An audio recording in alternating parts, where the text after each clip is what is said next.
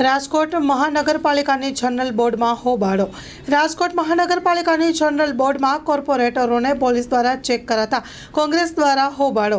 Story report by કે ચોકસી, રાજકોટ। તમામ corporator નહીં, ફક્ત કોંગ્રેસના કોર્પોરેટરની એટલા માટે ચકાસણી કરવામાં આવે છે કે અમે આતંકવાદીઓ પ્રથમ દ્રષ્ટિએ દેખાતું હતું મને તો, કારણ કે મને એકની પાછળ 10-15 પોલીસવાળા જો મારી ઉપર મારા ખિસ્સા કાઢવા માંડે, આ કાઢવા માંડે, એનો અર્થ શું બતાવે છે કે ક્યાંક ને ક્યાંક ભાજપ ડરી ગયું છે, પોતે કૌભાંડો કરે છે, પોતાના કૌભાંડની બીકના હિસાબે ભાજપવાળા ડરી ગયા છે અને ડર બહાર જનરલ બોર્ડમાં ન પડે એના માટેની અમારી કાઢી લે છે બધા કાગળો બગળો, પરંતુ એ થશે, બોર્ડમાં થશે ને થશે।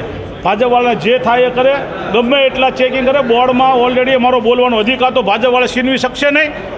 માન્ય અધ્યક્ષશ્રીને પણ હું વિનંતી કરી, અમારો બોલવાનો અધિકાર તમે છીનવી શકતા નથી, એટલે અમે બોલવાનું થાય।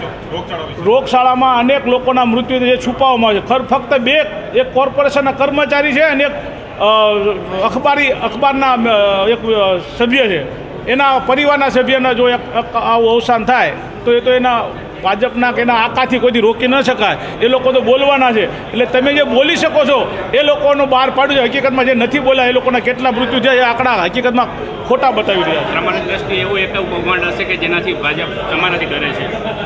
કરોડો તમે કૌભાંડ તમે નથી ડરતા, મારાથી તો મને બોલવાની છૂટ શા માટે નથી આપતા? શા માટે મને રોકો છો અને તમે મને શા માટે જવાબ નથી આપતા? એનો અર્થ એ છે કે તમે મારાથી ડરો છો, કારણ કે તમે કૌભાંડિયા છો, કૌભાંડ કરો છો।